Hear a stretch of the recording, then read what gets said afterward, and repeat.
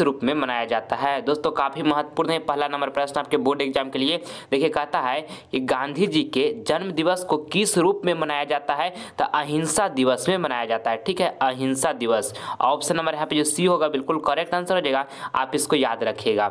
चलिए अगला प्रश्न देखते हैं, दूसरा नंबर कहता है बहादुर कहाँ से भाग के आया था। दोस्तों काफी महत्वपूर्ण प्रश्न है, आपको बताना ये प्रश्न में कि बहादुर कहाँ से भाग के आया था, तो नेपाल से भाग कर आया था। ऑप्शन नंबर यहाँ पे ये जो होगा हमारा बिल्कुल करेक्ट आंसर हो जाएगा। ठीक है, चलिए अगला प्रश्न देखिएगा, तीसरा नंबर कहता है 20 के दांत का रचनाकार कौन है। दोस्तों काफी महत्वपूर्ण प्रश्न ये, कहता है 20 के दांत का रचनाकार कौन है, तो ननिल बिलोचन शर्मा है। ठीक है, ऑप्शन नंबर यहाँ पर जो बी होगा हमारा बिल्कुल करेक्ट आंसर हो जाएगा, आप इसको अच्छे तरीके से याद रखिएगा। चलिए अगला प्रश्न देखते हैं हम, चौथा नंबर देखिएगा, कहता है हिरोशिमा किस देश में है। आपको बताना है कि हिरोशिमा किस देश में है, तो जापान में है। ठीक है, ऑप्शन नंबर यहाँ पे सी जो होगा हमारा बिल्कुल करेक्ट आंसर हो जाएगा। आप सभी विद्यार्थी अब प्रश्न को अच्छे तरीके से याद रखिएगा। ठीक है, चलिए अगला प्रश्न देखिएगा, पांचवा नंबर अभिनव पाठ का लेखक कौन है। दोस्तों काफी महत्वपूर्ण है पांचवा नंबर प्रश्न आपके बोर्ड एग्जाम के लिए। आपको बताना है प्रश्न में कि अभिनव पाठ का लेखक कौन है, तो अशोक वाजपेयी है। ठीक है, अशोक वाजपेयी है।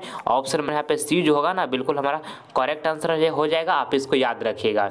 चलिए अगला प्रश्न हम देखते हैं, छठा नंबर देखिएगा, कहता है कि भाववाचक संज्ञा का उदाहरण है। दोस्तों काफी महत्वपूर्ण है ये छठा नंबर प्रश्न आपके फाइनल बोर्ड परीक्षा के लिए। आपको बताना है ये प्रश्न में कि भाववाचक संज्ञा का उदाहरण है तो बचपन है। ठीक है, आप इसको याद रखिएगा। ऑप्शन नंबर यहाँ पे सी जो होगा हमारा बिल्कुल राइट आंसर हो जाएगा। ठीक है, चलिए अगला प्रश्न हम देख लेते हैं, सातवां नंबर देखिएगा, कहता है भाईचारे का दूसरा नाम कौन सा है। दोस्तों काफी महत्वपूर्ण है 7 नंबर प्रश्न आपके बोर्ड एग्जाम के लिए। आपको बताना है प्रश्न में कि भाईचारे का दूसरा नाम कौन सा है, तो लोकतंत्र है। कौन है, लोकतंत्र है। ऑप्शन नंबर यहाँ पे ये जो होगा हमारा बिल्कुल सही आंसर हो जाएगा, आप इसको याद कर लीजिएगा।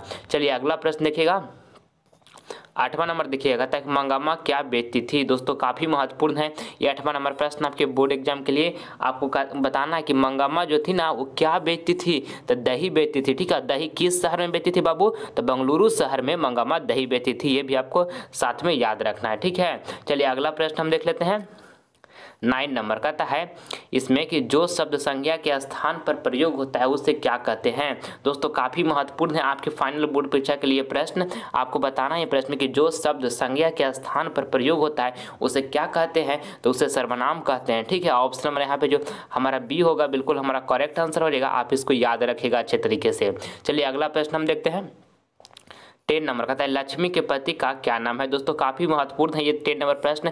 आपको बताना है कि लक्ष्मी के पति का क्या नाम है, तो लक्ष्मण नाम है। ऑप्शन नंबर यहाँ पर बी जो होगा बिल्कुल हमारा करेक्ट आंसर हो जाएगा, आप इसको याद रखिएगा। ठीक है, चलिए अगला प्रश्न हम देखते हैं, 11 नंबर देखिएगा, कहता है नाखून क्यों बढ़ते हैं का रचनाकार कौन है। दोस्तों काफी महत्वपूर्ण है 11 नंबर प्रश्न आपके बोर्ड एग्जाम के लिए। आपको बताना है प्रश्न कि नाखून क्यों बढ़ते हैं का रचनाकार कौन है, तो हजारी प्रसाद द्विवेदी है। ठीक है, हजारी प्रसाद द्विवेदी है। ऑप्शन नंबर यहाँ पे ये जो होगा हमारा बिल्कुल राइट आंसर हो जाएगा, आप इसको अच्छे तरीके से याद कर लीजिएगा। ठीक है, चलिए अगला प्रश्न देखिएगा, अगला प्रश्न हमारे यहाँ पे 12 नंबर है।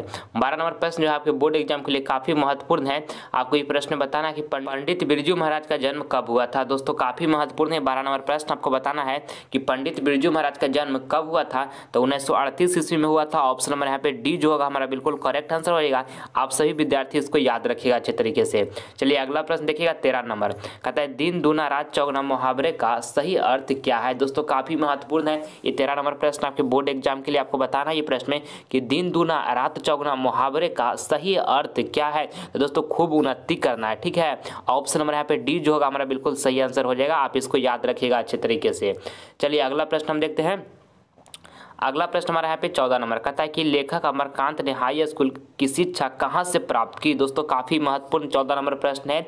आपको बताना है कि लेखक अमरकांत ने हाई स्कूल की शिक्षा कहाँ से प्राप्त की, तो बलिया से प्राप्त किया। ऑप्शन नंबर यहाँ पे ये जो होगा हमारा बिल्कुल करेक्ट आंसर हो जाएगा, आप सभी विद्यार्थी ये प्रश्न को याद रखिएगा। ठीक है, चलिए अगला प्रश्न हम देखते हैं, अगला देखिएगा है 15 नंबर कहता है मंगम्मा का अपनी बहू से किसको लेकर विवाद था। दोस्तों काफी महत्वपूर्ण प्रश्न है 15 नंबर प्रश्न आपके बोर्ड एग्जाम के लिए। आपको बताना है प्रश्न में कि मंगम्मा का अपनी बहू से किसको लेकर विवाद था, तो पोते को लेकर विवाद था। ठीक है, ऑप्शन नंबर यहाँ पर जो बी होगा ना हमारा बिल्कुल करेक्ट आंसर हो जाएगा, आप इसको अच्छी तरीके से याद कर लीजिएगा। ठीक है, चलिए अगला प्रश्न हम देखते हैं, 16 नंबर देखिएगा, कहता है पंडित बिरजू महाराज का जन्म कहाँ हुआ था। दोस्तों काफ़ी महत्वपूर्ण है ये 16 नंबर प्रश्न आपके बोर्ड एग्जाम के लिए। आपको बताना है कि पंडित बिरजू महाराज का जन्म कहाँ हुआ था, तो लखनऊ में हुआ था। आप उसको याद रखना है। ऑप्शन नंबर यहाँ पर बी जो होगा हमारा बिल्कुल राइट आंसर हो जाएगा।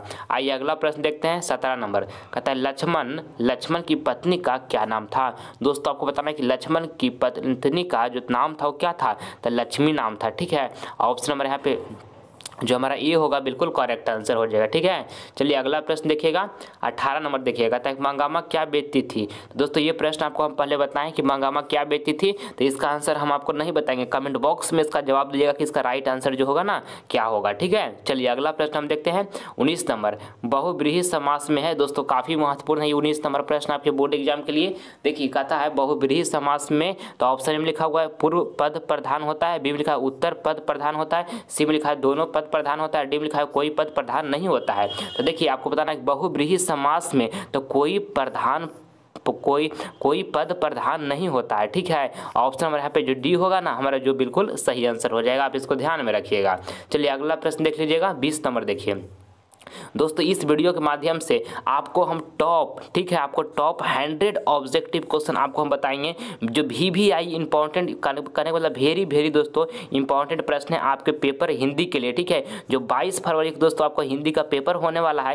ये 100 में से बहुत सारे प्रश्न जो होंगे सेम टू सेम हूबहू जाकर लड़ेगा दोस्तों, ये मेरा 100% गारंटी है। इसलिए आप सभी विद्यार्थी 1 से लेकर 100 तक पूरी कॉन्सेंट्रेशन के साथ बने रहिएगा। एक प्रश्न भी इस वीडियो का आप स्किप नहीं कीजिएगा। ठीक है, ये वीडियो दो आपका एग्जाम जो होने वाला है 22 फरवरी को उसके लिए काफ़ी महत्वपूर्ण साबित होगा। ठीक है, चलिए देखिए 20 नंबर प्रश्न में आपको बताना है कि मछली कहानी के लेखक हैं। आपको बताना है कि मछली कहानी जो है ना बाबू उसका लेखक कौन है, तो विनोद कुमार शुक्ल है। कौन है, विनोद कुमार शुक्ल हैं। ऑप्शन नंबर यहाँ पे डी जो होगा बिल्कुल सही आंसर हो जाएगा। आइए अगला प्रश्न देखते हैं 21 नंबर, कहता है कि अशोक वाजपेयी का जन्म कब हुआ था। काफ़ी महत्वपूर्ण प्रश्न है ये 21 नंबर प्रश्न आपके बोर्ड एग्जाम के लिए। आपको बताना है कि अशोक वाजपेयी का जन्म कब हुआ था, तो 16 जनवरी 1941 ईस्वी में हुआ था। ठीक है, 16 जनवरी 1941 ईस्वी में अशोक वाजपेयी का जन्म हुआ था। ऑप्शन नंबर ए जो होगा हमारा बिल्कुल सही आंसर हो जाएगा। चलिए अगला प्रश्न देखिएगा। अगला प्रश्न हमारा यहाँ पर 22 नंबर, कहता है प का उच्चारण स्थान क्या है। दोस्तों काफ़ी महत्वपूर्ण है 22 नंबर प्रश्न आपके फाइनल बोर्ड परीक्षा के लिए। आपको बताना है कि प का उच्चारण स्थान, प का जो उच्चारण स्थान है वो क्या है, तो ओष्ठ है। ठीक है, ऑप्शन नंबर यहाँ पे ये जो होगा हमारा बिल्कुल करेक्ट आंसर हो जाएगा। आप इसको अच्छे तरीके से याद रखिएगा। चलिए अगला प्रश्न देखते हैं 23 नंबर, कहता है निम्न में भाववाचक संज्ञा कौन है। दोस्तों काफ़ी महत्वपूर्ण है ये प्रश्न आपके बोर्ड एग्जाम के लिए। आपको बताना है कि निम्न में भाववाचक संज्ञा कौन है, तो सर्दी है बाबू। ऑप्शन नंबर यहाँ पे ये जो होगा हमारा बिल्कुल करेक्ट आंसर हो जाएगा। आप सभी विद्यार्थी इसको अच्छे तरीके से याद रखिएगा। ठीक है, चलिए अगला प्रश्न हम देखते हैं 24 नंबर, कहता है इसमें कि धर्मात्मा का संधि विच्छेद कौन होगा। दोस्तों काफ़ी महत्वपूर्ण है ये आपके फाइनल बोर्ड पे अगले प्रश्न। कहता है ना कि धर्मात्मा का संधि विच्छेद होगा तो धर्म जोड़ आत्मा होगा। ठीक है, आप इसको याद रखिएगा। ऑप्शन में यहाँ पे डी जो होगा हमारा बिल्कुल करेक्ट आंसर हो जाएगा। चलिए